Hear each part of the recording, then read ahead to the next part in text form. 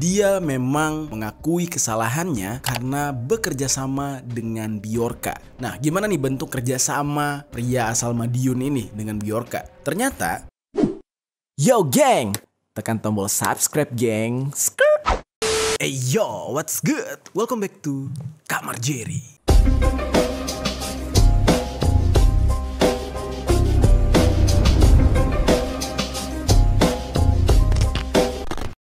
Geng. Oke, akhirnya akun Bjorka aktif lagi. Setelah kemarin beberapa hari sempat menghilang atau sempat disuspend dari Twitter, terus dari akun Bridge-nya juga jarang aktif gitu ya. Dan di grup Telegram dia juga jarang update. Per hari ini akhirnya Bjorka aktif lagi. Dan ini seolah-olah memperlihatkan kepada kita bahwa dia semacam mempermainkan pemerintah Indonesia. Kenapa? Karena beberapa hari belakangan itu ada isu katanya Bjorka sempat ditangkap dan juga ada penuduhan terhadap seorang bocah Cirebon yang dianggap kalau dia ini memiliki kesamaan persis dengan Bjorka yang sempat kita ceritakan di konten sebelumnya. Lalu pihak kepolisian juga mengabarkan mereka berhasil menangkap seseorang yang diduga Bjorka. Namun pada akhirnya itu merupakan korban salah tangkap ya, akhirnya orang dilepas lagi. Tapi kita patut apresiasi ya atas kinerja Bapak kepolisian yang bergerak cepat ya, nggak ada salahnya gitu ya, yang namanya azas praduga gitu kan nggak ada salahnya ya. Tapi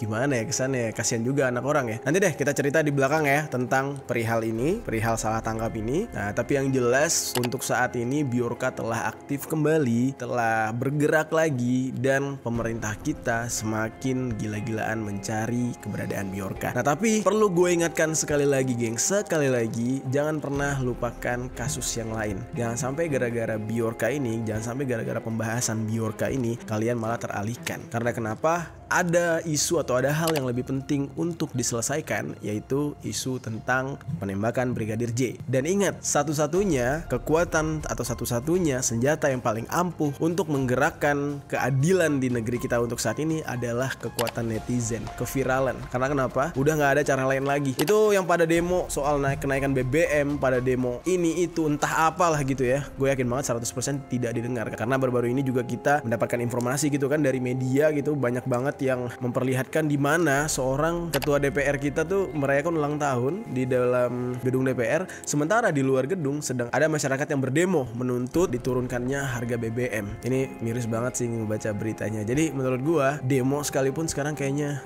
udah agak gimana gitu ya. Makanya gue bisa mengatakan satu-satunya kekuatan yang cukup kuat untuk saat ini adalah the power of netizen. Kalian yang bisa bikin viral, kalian yang bisa bikin sistem yang melambat ini jadi bergerak, dan kalian yang bisa bikin sesuatu yang ingin dibungkam kembali terbuka. Jadi semangat teman-teman. Oke, langsung aja nih kita bahas nih, kita kembali ke pembahasan Bjorka. Jangan pernah minta gue untuk membahas tentang kejadian Brigadir J karena gue angkat tangan untuk kejadian ini, karena jujur aja gue nggak berani. Jadi gue fokus ke pembahasan Bjorka aja ya untuk saat ini ya. Mungkin suatu hari nanti gue akan berani membahas tentang Brigadir J dan Verdi Sambo, gue akan bahas. Tapi untuk saat ini gue lagi kumpulin keberanian gue ya. Langsung aja deh kita bahas tentang Bjorka di sisi lain.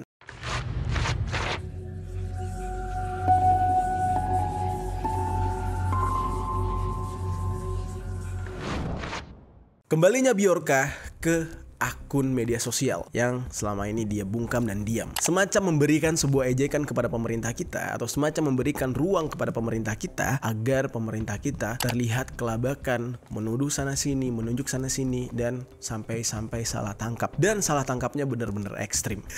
Benar-benar ya gitu deh gitu. Benar-benar membuat kita lah kok bisa gitu, kok bisa dia yang dituduh Bjorka, dia kan cuman ya gitu dah. Nah Bjorka langsung menyinggung pemerintah Indonesia yang saat ini tengah mencari dia dengan tenaga yang cukup besar dengan mengadakan meeting, yang mana ini menjadi sebuah komen negatif atau komen miring dari banyak masyarakat yang mengatakan kok baru sekarang dibentuk yang ginian, kok baru sekarang digerakkan perkumpulan beginian, kok baru sekarang paniknya, kemarin-kemarin kemana aja. Dan bahkan banyak sekali statement-statement teman-teman yang jago dalam dunia hacking mengatakan situs atau web milik pemerintah itu gampang sekali dibobol dan menjadi sebuah sebuah alat uji bagi hacker-hacker pemula. Dan ini ada statementnya, memang jelas ada statementnya. Jadi bagi hacker-hacker yang masih belajar ngehack, ya kan, masih pemula, itu belajar ngehacknya itu mempermainkan situs pemerintah karena menurut mereka itulah yang paling gampang dibobol dan paling lemah. Dan itu menurut pengakuan dari si pemerintah sendiri. Jadi wajar aja ya sampai detik ini Bjorka ini tertawa-tawa melihat kondisi pemerintah kita dalam melakukan pengejaran terhadap dia. Nah, di dalam akun atau forum Bridge, Bjorka ini memposting sebuah thread yang cukup panjang. Jadi tulisannya tuh gini, "Hai, ini update terbaru saya," katanya. Terus dia bilang, pemerintah mengatakan mereka telah mengidentifikasi saya. Dan ini dia posting tepat pada tanggal 15 September tahun 2022 pada jam 2 dini hari. Thread tersebut diawali dengan komentar Bjorka terkait klaim pemerintah yang menyebut sudah berhasil mengidentifikasi atau menemukan identitasnya dia. Dan menurut dia, klaim tersebut adalah omong kosong. Padahal kemarin kita sempat melihat ya di berita di mana Pak Mahfud MD mengakui kalau dia telah mendapatkan informasi dari Badan Intelijen Negara kalau Bjorka ini telah diketahui identitasnya. Nah, ternyata ini menjadi bahan olok-olokan oleh Bjorka kembali dan dia tantang lagi gitu ya pemerintah untuk menemukan identitas dia yang sebenarnya. Jadi Bjorka ini memposting tulisan yang artinya kayak gini. LOL katanya. LOL itu artinya tertawa terbahak-bahak ya. Dia bilang pemerintah Indonesia merasa telah mengidentifikasi saya berdasarkan informasi yang salah dari pelacak gelap atau Dark Tracer. Jadi ini akun Twitter Dark Tracer yang kalian tahu ya, akunnya itu Dark Tracer _INT. Oke, yang dia bilang akun ini telah memberikan layanan palsu kepada pemerintah Indonesia. Anak ini kini telah ditangkap dan sedang diinterogasi oleh pemerintah Indonesia. Untuk Dark Tracer, itu dosa Anda telah memberikan informasi yang salah kepada sekelompok idiot. Jadi maksud dari kalimat dia di sini adalah si Dark Tracer ini memberikan informasi yang salah kepada pemerintah, lalu hal ini justru jadi bumerang untuk si Dark Tracer sendiri. Pemerintah malah menangkap dia menurut keterangan si Bjorka. Dan di sini Bjorka bener-bener kejam banget sih kata-katanya, dia bilang sekelompok idiot. Dan ini dia tujukan kepada pemerintah kita. Menurut gue ini gak ada ampun sih buat si Bjorka nih, pasti akan diincar banget sih sama pemerintah. Tapi ya kita lihat aja ya, satu Bjorka kira-kira akan melibatkan berapa banyak kepala nih dari pemerintah kita. Namun untuk saat ini gue yakin banget Bjorka ini tidak bekerja sendiri. Bjorka hanyalah sebuah nama dari sekumpulan orang. Jadi mereka ini bawa satu nama, itu nama Bjorka, tapi mereka itu sebenarnya banyak atau rame. Gue yakin itu. Lalu siapakah Dark Tracer? Nah, Dark Tracer ini adalah platform yang sering memberikan informasi tentang dark web atau kebocoran data. Jadi informasi-informasi di dalam dark web yang mungkin kita orang awam tidak pernah mengetahui atau tidak pernah masuk. Nah, Dark Tracer ini biasanya membocorkan. Dia yang akan memberitahu kepada khalayak ramai atau dia yang akan menyampaikan hal ini kepada pemerintah. Jadi dia ini bisa dikatakan ya perpanjangan tangan dari pemerintah mungkin ya. Ya kalau dalam bahasa para orang-orang, maaf nih, pengedar narkoba, cepu. Bisa jadi dia disebut cepunya gitu ya, bisa jadi kayak gitu. Bjorka juga mengatakan kalau dia ini tidak pernah memiliki akun TikTok dan Instagram. Dan juga ini parah nih, Bjorka dengan tegas mengatakan dia yakin sekali kalau Menteri Komunikasi dan Informatika yaitu Menkominfo Bapak Johnny G. Plate bakal dipecat dari jabatannya. Ini statement yang gak main-main, geng. Ya kalian ingat lah ya, Opposite. Ketika Opposite berbicara, banyak orang yang merasa itu awalnya karangan. Tapi setelah mendapatkan keterangan langsung dari Ferdy Sambo, ternyata cerita dari Opposite itu mirip banget, seolah-olah itu ditulis sendiri oleh Pak Ferdy Sambo. Nah, sekarang Bjorka yang sudah banyak membocorkan data-data dari pemerintah, yang tadinya kata pemerintah kita itu hanya hal sepele, tapi ditangani dengan kekuatan penuh gitu kan, berarti kan gak sepele gitu ya. Dan sekarang dia membuat sebuah statement tentang Menteri Kominfo. Ini gak main-main. Kita akan tunggu nih kebenarannya. Kita akan lihat apakah statementnya Bjorka ini bisa dibuktikan. Ya kalau nggak bisa dibuktikan, kalian bisa menilai sendiri.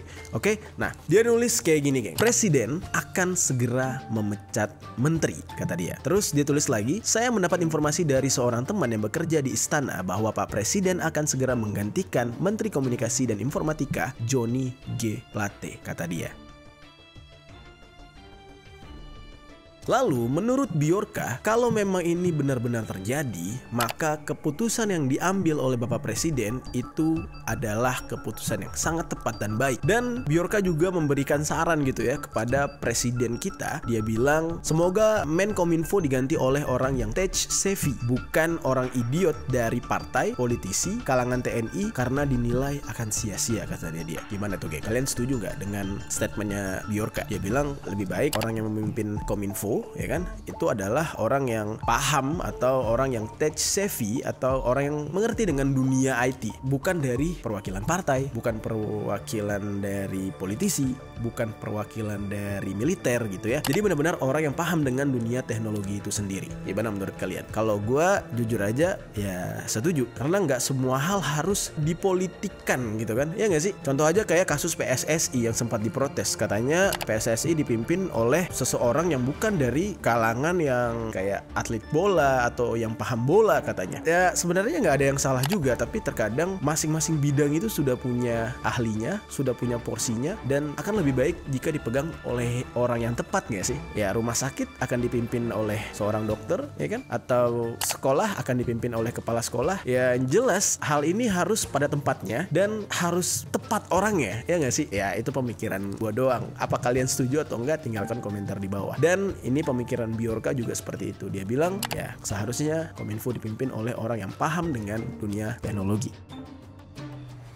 Nah, di dalam statementnya ini, Bjorka memposting kata-kata kayak gini. Luar biasa, Pak Presiden. Pastikan penggantinya adalah orang yang penggemar teknologi, bukan idiot dari partai, politisi, atau angkatan bersenjata, karena semua itu akan sia-sia, kata Bjorka. Terakhir, Bjorka juga mendoakan semoga berhasil bagi tim khusus yang dibentuk untuk meringkus dirinya. Ini gokil sih orang. Dan di sini juga dia lama-kelamaan ya, mulai membuka diri gitu terhadap pemerintah. Kan kemarin banyak banget isunya ya, orang-orang yang mengatakan kalau ini hanya sebuah taktik politik. Ada yang ngatain, ini paling kadrun yang benci kepada pemerintahan Pak Jokowi. Ini paling oposisi katanya gitu kan. Karena rata-rata data yang dibongkar itu adalah data dari tim-timnya Pak Jokowi katanya. Tapi per hari ini kita bisa lihat ya, Bjorka terbuka untuk pemerintahan Jokowi. Dia bisa dilibatkan dalam pemilihan Menteri Kominfo selanjutnya. Ini menurut Bjorka. Nah, di sini dia bilang gini, jangan ragu untuk menghubungi saya. Jika membutuhkan bantuan untuk memecahkan masalah ini, saya dengan senang hati membantu, kata Bjorka.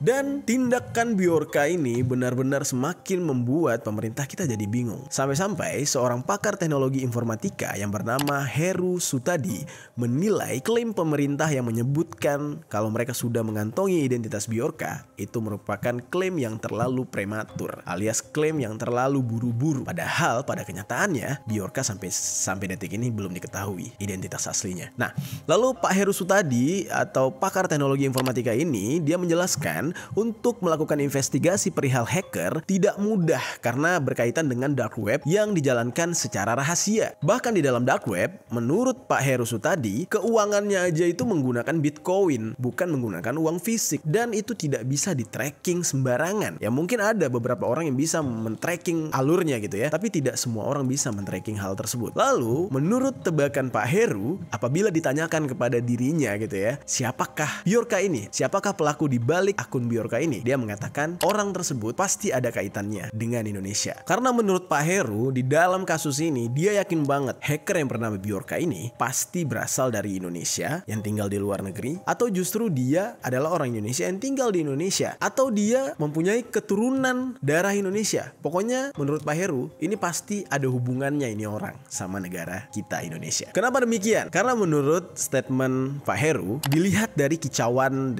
si Bjorka ini atau data-data yang dia buka, banyak orang-orang yang sebenarnya dikenal di Indonesia tapi bukan seorang tokoh. Ya gue nggak perlu sebut lah siapa namanya ya, kalian tahu lah ya. Kemarin sempat kita bahas juga di part pertama apa part kedua gitu ya, gue sempat bahas ya seseorang yang dituduh oleh masyarakat sebagai buzzer, yang dimana ya dia memang dikenal di Indonesia, banyak orang yang tahu karena statement dia yang kontroversial gitu kan. Tapi dia bukan tokoh. Tapi Bjorka ini bisa-bisanya membongkar data-data atau dokumen rahasia tentang itu orang. Gunanya apa gitu? Nah berarti kan dia ini adalah seseorang yang benar-benar paham dengan isu-isu yang ada di Indonesia. Sampai-sampai seseorang yang dianggap buzzer oleh masyarakat itu juga ikut dia isengin gitu.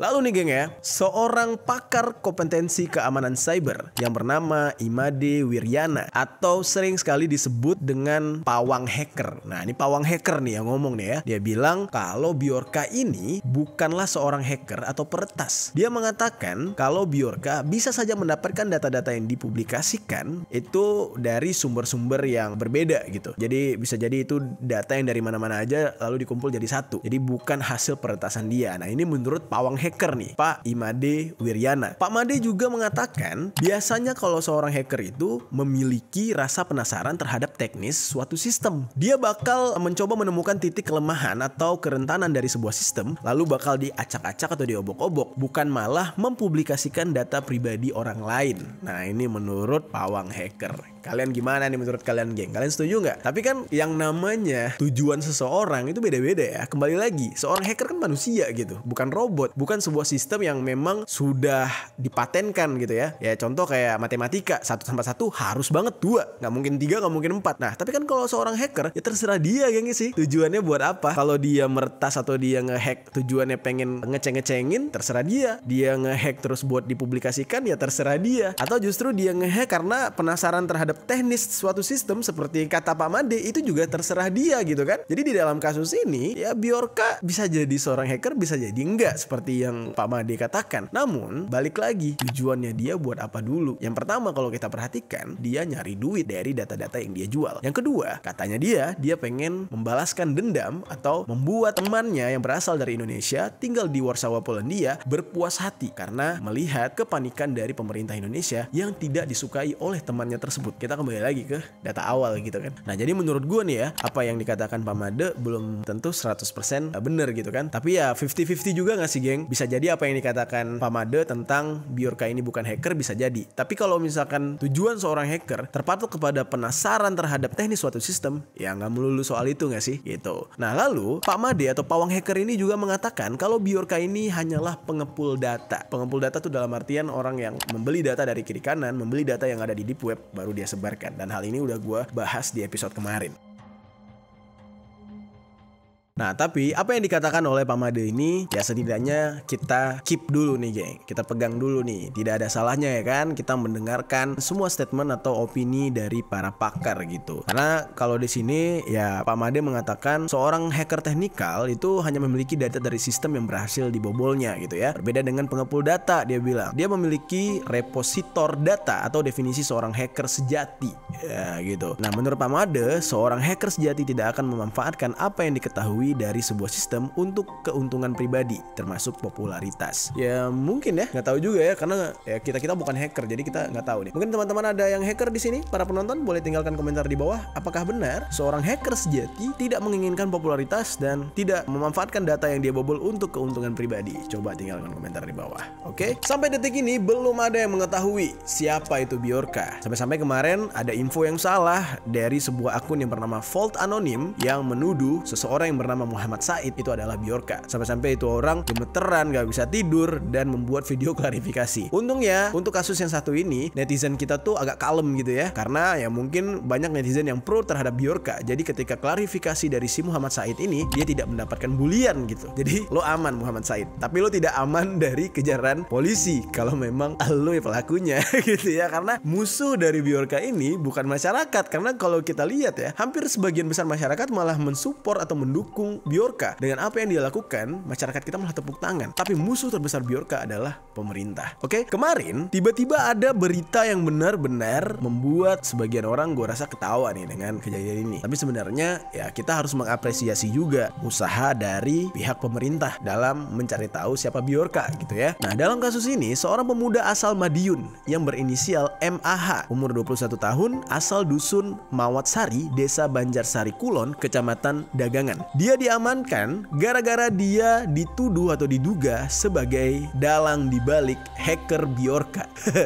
Nah, pemuda yang diduga sebagai hacker Bjorka ini sampai-sampai diamankan oleh tim cyber Mabes Polri, dan pemuda yang berinisial MAH ini diamankan di Kabupaten Madiun di saat itu. Dari informasi yang dihimpun, pemuda yang satu ini langsung diperiksa Mapolsek Dagangan. Dia di saat itu diamankan sekitar pukul 18.30 sore, tepatnya pada hari Rabu tanggal 14 September tahun 2022. Di saat itu dia dijemput di rumahnya oleh 4 orang anggota Polri yang saat itu di dalam rumahnya ada keluarga MAH yang lain. Ini apa mungkin ya yang dikatakan oleh Pak Mahfud MD kemarin kalau pihak pemerintah telah mengantongi identitas dari Bjorka, itu ini kali ya orangnya. Ini kali ya yang dibilang sudah dikantongi oleh pihak BIN gitu ya datanya. Lalu nih geng ya, nah menurut berita yang beredar, MAH ini mengatakan kepada ibunya di saat itu, di saat dia ditangkap, dia bakal dibawa ke Polsek Dagangan aman. Nah, lalu tidak lama setelah kejadian, ayah dari MAH ini langsung melapor ke kepala desa atas penangkapan anaknya tersebut. Dan ayahnya ini ngelapor nggak lama setelah anaknya ditangkap, ya sekitar jam 7 malam. Dalam penangkapan MAH ini, dia tuh sampai diperiksa hingga pukul 1.30 dini hari. Jadi sampai jam setengah 2 pagi, geng. Di saat dia diperiksa, di sana itu ada Kapolres Madiun AKBP Anton Prasetyo bersama Kasat Reskrim AKBP Danang Eko Abrianto. Namun di saat para wartawan datang ke sana dan meminta keterangan, nah pihak kepolisian tidak memberikan keterangan yang begitu detail. Nah, namun geng, setelah pemeriksaan berlangsung, barulah ditemukan fakta-fakta tentang siapa MAH ini. Dimulai dari namanya. Inisial MAH itu berasal dari Muhammad Agung Hidayatullah. Dia ini diketahui sebagai lulusan madrasah aliyah atau setingkat dengan SMA. Dia ini tidak melanjutkan kuliah, jadi pendidikannya hanya sebatas madrasah aliyah tersebut atau SMA karena dia tidak mempunyai biaya. Ya otomatis berarti kita tahu dia orang yang kurang mampu nih. Dari ciri-ciri ini biasanya nih udah mengarah-arah ke hacker nih ya. Anak-anak yang putus sekolah, suka main warnet tiba-tiba ya kan, tahu-tahu jadi hacker gitu ya. Nah, lalu kegiatan sehari-hari dari Muhammad Agung Hidayatullah alias MAH ini adalah berjualan es Thai tea di pasar untuk memenuhi kebutuhan hidupnya.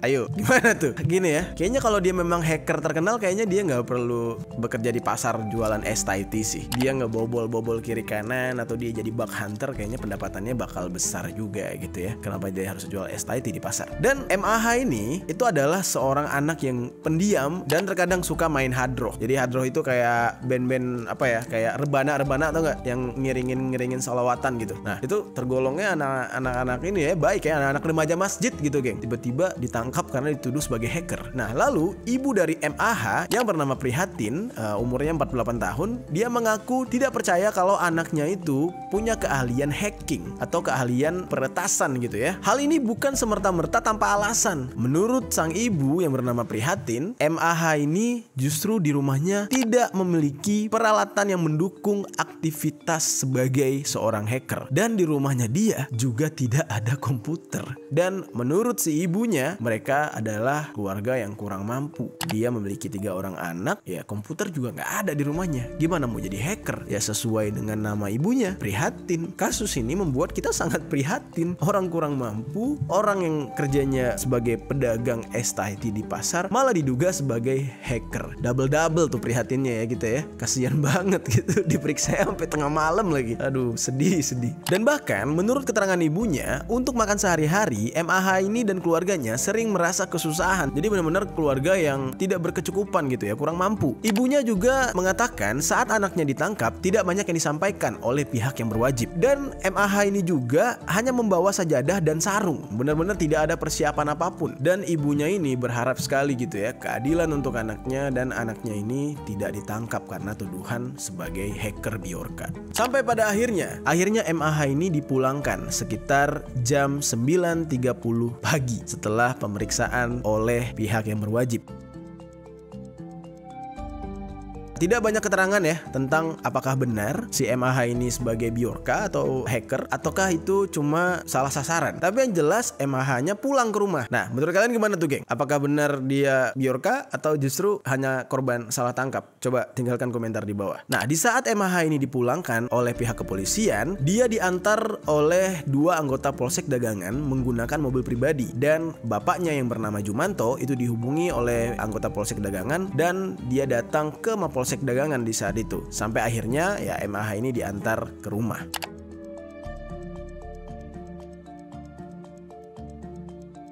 Namun ternyata belakangan nih, geng ya, setelah dipulangkan ke rumahnya kembali, ternyata MAH ini sudah mengetahui kalau dia berstatus tersangka. MAH ini sengaja tidak ditahan oleh pihak kepolisian, tapi dia diharuskan untuk wajib lapor karena kasusnya ini. Ternyata atas pengakuan MAH, dia memang mengakui kesalahannya karena bekerja sama dengan Bjorka. Nah, gimana nih bentuk kerjasama pria asal Madiun ini dengan Bjorka? Ternyata MAH menjual akun Telegramnya kepada admin Bjorkanism, yang dimana akun Telegram tersebut digunakan untuk menyebarkan data-data yang dianggap sebagai data hasil pembobolan oleh Bjorka. Di dalam pengakuan MAH ini, dia bilang dia dibayar sebesar $100 melalui mata uang Bitcoin. Sampai akhirnya dia di-tracking oleh pihak kepolisian dan ketahuan melakukan kerjasama ilegal tersebut. Nah, namun menurut pengakuan MAH, dia diperlakukan sangat baik oleh polisi, walaupun sebelumnya Bjorka menduga kalau MAH ini mendapatkan perlakuan yang tidak menyenangkan dari pihak kepolisian. Nah, menurut MAH, selama di kantor polisi,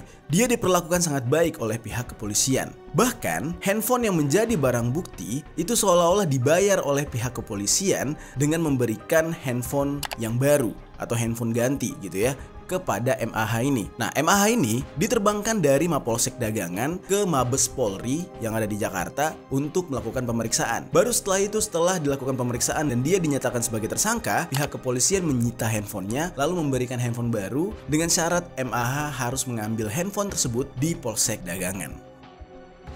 Namun menurut pengakuan MAH, ada kejadian yang sedikit janggal dan aneh nih geng. Sehari sebelum dia ditangkap oleh pihak kepolisian, tiba-tiba dia ditelepon oleh seseorang yang ingin membeli handphonenya dia. Nah, handphonenya ini merek Xiaomi Redmi Note 10 Pro. Dan menurut MAH dia udah nyaman gitu ya dengan handphone ini dan tidak berniat untuk menjual handphone tersebut. Nah, tapi orang yang ingin membeli handphonenya ini seolah-olah kayak maksa dan ngancam gitu. Dia bilang kalau MAH tidak menjual handphone ini kepada si penelpon, maka MAH bakal dijemput oleh polisi. Di saat itu MAH merasa ketakutan gitu, karena ya dia sadar dia itu terlibat dalam sebuah kasus kriminal, yaitu menjual akun kepada Bjorka gitu kan. Akhirnya terjadilah tawar-menawar dan deal lah harganya di 5 juta untuk penjualan handphone tersebut. Setelah deal, handphone itu dijual, barulah keesokan harinya dia dijemput oleh pihak kepolisian. Dan betapa kagetnya dia, ternyata handphone yang kemarin dia jual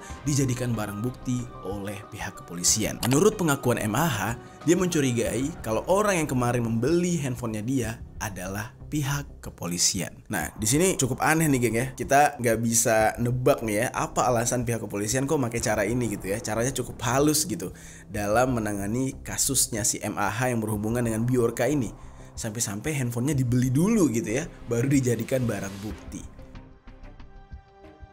Nah, di dalam kasus penangkapan MAH ini ya kita doakan semoga mentalnya MAH tetap aman gitu ya. Karena ya nggak ada yang enak gitu berurusan dengan pihak yang berwajib, apalagi dia dicurigai sebagai pelaku tindakan kriminal gitu ya. Ini kategori pembongkaran data pribadi dan data negara ini kriminal ya geng ya. Walaupun kalian sebenarnya seneng gitu ya dengan kehadiran Bjorka, tapi tindakan Bjorka ini menurut kacamata hukum di negara kita adalah sebuah tindakan kriminal. Lalu banyak yang mempertanyakan kemana para hacker lokal Indonesia? Ya katakanlah para hacker yang melakukan tindakan positif seperti Putra Aji misalkan. Dia adalah seorang bug hunter yang membantu website-website besar atau situs-situs besar yang ada di dunia, termasuk di saat itu NASA gitu ya, untuk mencari celah atau bug dari situs tersebut. Dan biasanya dia mendapatkan bayaran atau upah dari pekerjaannya dia sebagai bug hunter. Nah, seharusnya dalam kejadian ini Putra Aji bisa turun tangan nih. Tapi kemarin muncul tweet hoax gitu ya tentang Putra Aji, yang dimana di dalam tweet tersebut dikatakan kalau dia tidak ingin ikut campur dalam masalah ini, #Bjorka. Padahal itu hanya sebuah tweet editan kabarnya. Tapi gue nggak tahu juga nih itu tweet editan apa enggak nih geng. Yang gue dapat infonya itu tweet editan, itu bukan dari Putra Aji langsung ya, mungkin dari Kunto Aji kali ya. Coba deh kalian tinggalkan komentar di bawah nih, itu beneran dari Putra Aji atau bukan. Nah, lalu Putra Aji yang sekarang itu kalian bisa lihat di bio Instagramnya, nih Instagramnya Putra Aji gitu ya. Di bionya itu kita bisa melihat ya, dia ini adalah seorang founder dan CEO dari Cybertrend ID. Dan Putra Aji ini sempat melakukan sebuah sesi wawancara di salah satu stasiun TV, dan Putra Aji menjelaskan gitu, sebenarnya ada beberapa jenis hacker atau peretas. Dia bilang ada white hat, ada black hat, dan juga ada grey hat. Dan menurut Putra Aji, tidak semua hacker melakukan tindakan kriminal, karena di dalam kategori hacker white hat biasanya mereka berperan dalam pengujian suatu sistem dan memang ditunjuk oleh suatu perusahaan atau pemilik sistem untuk untuk mencari celah pada sistem tersebut. Nah, mungkin ini yang dijalankan oleh Putra Aji sendiri. Lalu ada juga hacker yang dalam kategori black hat, yang mana ini merupakan kategori hacker yang biasanya menyebabkan kerugian bagi sistem. Lalu sementara grey hat adalah gabungan dari keduanya. Jadi kayak dia melakukan tindakan kejahatan atau kriminal dan dia juga melakukan penjagaan juga gitu ya. Jadi ini orang mungkin nyari kerjaan sampingan kali. Mungkin dia udah bekerja di sebuah perusahaan sebagai penjaga sistem dan data keamanan di perusahaan tersebut, tapi di luar itu dia juga menjadi seorang hacker untuk mendapatkan penghasilan tambahan. Atau justru mungkin dia ya sistem ciptain virus jual obat kali. Ya bisa jadi kan? Misalkan kayak dia yang bobol sendiri, lalu dia yang perbaiki sendiri. Supaya apa? Supaya sistemnya atau supaya kerjaannya tetap berjalan. Bisa aja kayak gitu. Lalu menurut Putra Aji, dia memberikan sebuah komentar tentang keberadaan Bjorka. Dia bilang gini, jika Bjorka itu mungkin cari nama, ekonomi, atau memang ada kepentingan, kata Putra Aji. Dan ini dia utarakan pada hari Jumat 16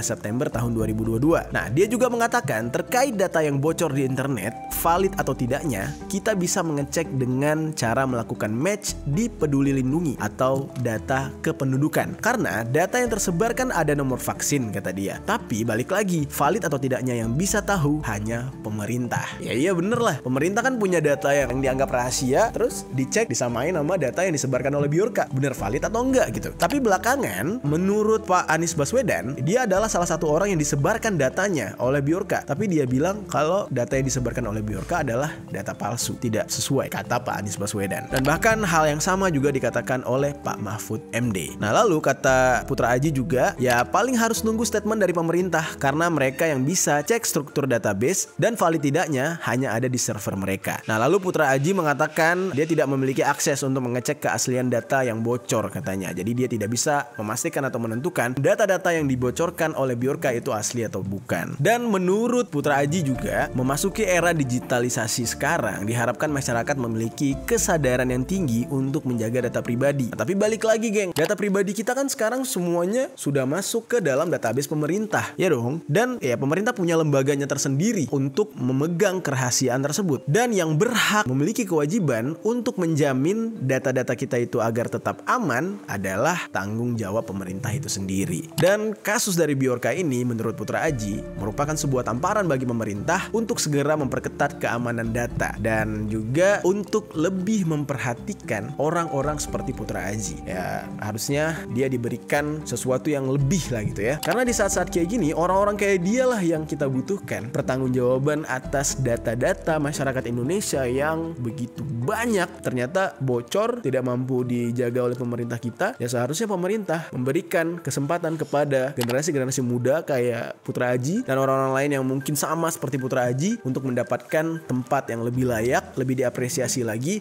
dan yang harus diutamain banget ya kasih gaji yang tinggi lah. Supaya apa? Supaya orangnya juga nggak iseng nanti pada suatu hari ya kan. Ya dia yang kita suruh jaga data-data kita, tapi dia merasa pendapatan dia kurang, akhirnya dia membelot gitu. Nah jadi salah satu caranya adalah mungkin negara kita harus lebih memperhatikan keilmuan soal dunia cyber ini geng. Agar Indonesia semakin banyak menghasilkan generasi-generasi dengan skill internet yang jago-jago. Ya kita bisa berkaca kepada India dan Cina. Mereka punya banyak sekali orang-orang yang jago di dalam dunia digital seperti Putra Aji.